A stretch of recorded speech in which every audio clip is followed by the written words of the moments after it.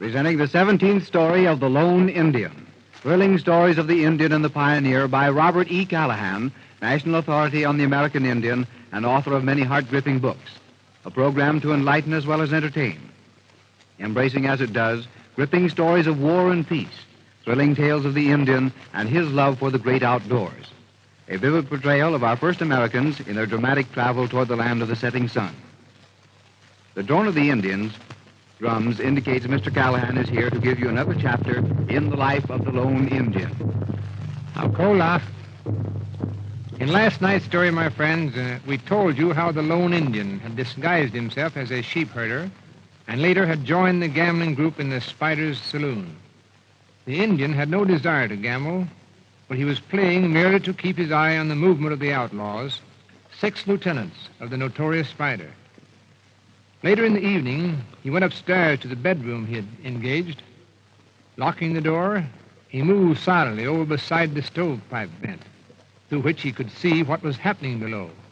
And hardly had he taken his position when the Spider arrived. He was attired in brown buckskin trousers, fringed and beaded with spider webs along the seams, and a red, loose-fitting shirt covered his steel jacket, which encircled his body. He had his spider web painted on each cheek and one on each of his bone-handled revolvers, which hung from his beaded belt. Not a single person in the room spoke or moved as the notorious outlaw advanced and took his stand beside the bar, and almost directly beneath the vent through which the Indian was gazing. In the back of the bar, a half-drunken eccentric cowboy whipped out his gun and leveled it at the heart of the Spider. I've been waiting 10 years for you. At once, everybody turned to see the nervous cowboy holding a smoking gun and the Spider glaring at him in contempt. Then the Spider pointed to the bullet on the floor, and he laughed. It struck a steel jacket and flattened out like a wad of gum, and the crowd gasped in amazement. The next moment, a ghastly expression spread over the cowboy's face, for the Spider was looking at him. Suddenly, the Spider reached down, quick as a flash, grasped his revolver, tilted it slightly, and he... Anybody else here want to smell a little powder, eh? You see, sometimes the Spider shoot to cripple, but tonight he shoot to kill. Stick them up, everybody. The Spider know Indian may come to village, We won't see him anymore. but he's coming here tonight. I feel it. I will take care of the Indian, all right. Get the money. The Spider want jewelry too? Yes, I want the watches, the pocketbook, jewelry, everything. Put him on the bar, Poncho. Yes, senor. And as the Spider ordered every man in the room to surrender his gun, and then to come forward and drop all valuables on the counter near where he stood, 3 of his men sprang from different positions in the room, backs against the wall, guns cocked, eyes full of fire. It was useless for anyone to interfere. The outlaws had the advantage, and within a few minutes, revolvers, purses, small sacks of gold, currency, and silver had been piled high up on the barroom counter. Alonso. Si, senor. Gonzalez. Yes. Loco, Pedraza, Martinez. Come, we drink on the house. Let's do the drink. Senor, Gonzalez, I find white kid. Him on the floor. Bring white key to Pancho. Pancho kill him. Alonso, hey, go out the back door. Gonzalez, you go the front door. Bring the white key to me. Poncho, you watch everybody. Pancho hate Indian. Pancho hate white kid. Pancho will kill. Wait, Poncho. I have a very good plan. And by now, the gamblers had retired to one corner of the room, hoping no impulsive moments would cause the outlaws to fire at them. In the meanwhile, Alonso and Gonzalez had dashed from the building in search of the white boy. But the long hand of fate had stretched its fingers into the mountains of Mexico in a strange manner, and Skybird was not to be found. It seems that as the Spider had approached the saloon, Skybird, from where he lay concealed beneath the floor, had seen the Spider show fright when a white cat dashed across the street ahead of him. Then, remembering what the Indian had told him one time about the Apache's superstition, also feeling that he wanted to take part in whatever the Indian did that night, the boy had made friends with that cat Later, he had heard Pancho and the spider make their boast.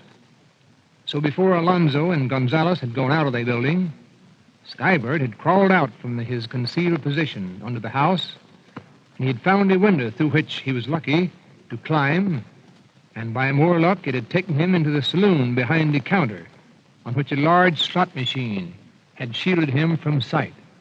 And just about the time Gonzales and Alonzo re-entered the building, Skybird not only pitched the white cat over the counter and let it race across the room, but he also pulled his slouch hat down over his eyes, and his head appeared above the slot machine. Then, with startling quickness, for a moment, the spider was baffled. Carrying out the Indian's wishes, Skybird had crippled the four outlaws in their right arms, making them helpless, and their guns had fallen to the floor. In the meanwhile, the final chapter of the spider's episodes in Preacher's Flat was written on the walls of fate, for in some uncanny manner, the Indian had inserted 2 arrows on the string of his bow. He had pushed the arrows through the stovepipe vent, and he had angled them in such direction as to let them... One arrow caught Alonzo as he came to the rear door, and the other struck Gonzales as he entered the front door, and both of the outlaws fell in their tracks. The white cat, racing across the room, and the shots coming from an unknown gun, caused the spider to remember the story of the Omaha magic charm. It brought vivid memories of the night he stole the most sacred treasure of the Omahas, and the essentials which had made the theft possible. A white cat, a white dove, a goat, and a white sheep. And as these thoughts flashed through his mind, he became terror-stricken. He would no longer live in Mexico. He would cross the American border. The white cat was bad medicine. It meant trouble. So he dashed to the front door, and he mounted his horse. Hasta la vista. Adios.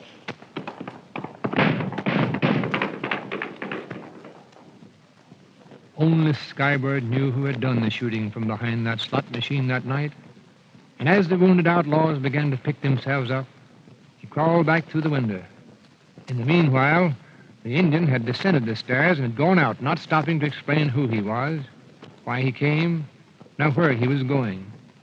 Then, seizing Skybird by his arm, he rushed away, going directly to the old sheepherder to whom he had returned the dusty clothes, the checkered suit, the slouch hat. They had caused him to disguise himself. And now, extending a few pieces of gold to the old herder, the Indian quickly thanked him and requested that he say nothing. And then, with upstretched hand, the Indian sent his prayer to the spirit world, turning to Skybird. Indian must find sacred hour of Omahas. We follow spider. We go. White papoose, brave boy. Someday, spirit god, find pale face papoose, a white horse. And Skybird will help Indian find magic arrow.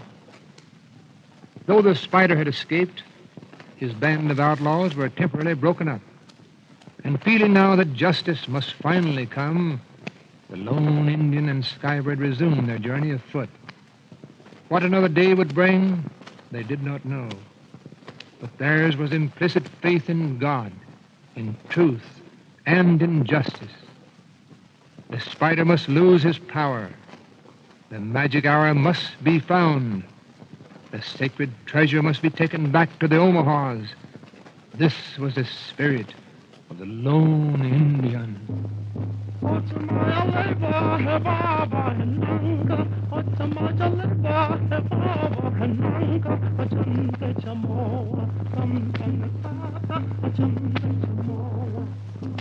And my friends, we close the program tonight with a springtime prayer of Tecumseh, the noted Shawnee chief of long ago.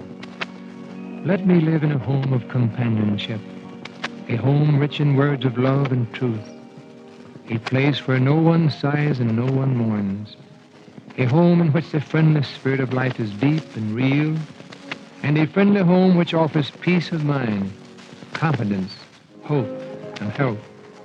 Such a home is found in the great outdoors, yes, in the mighty forest or in the desert foothills.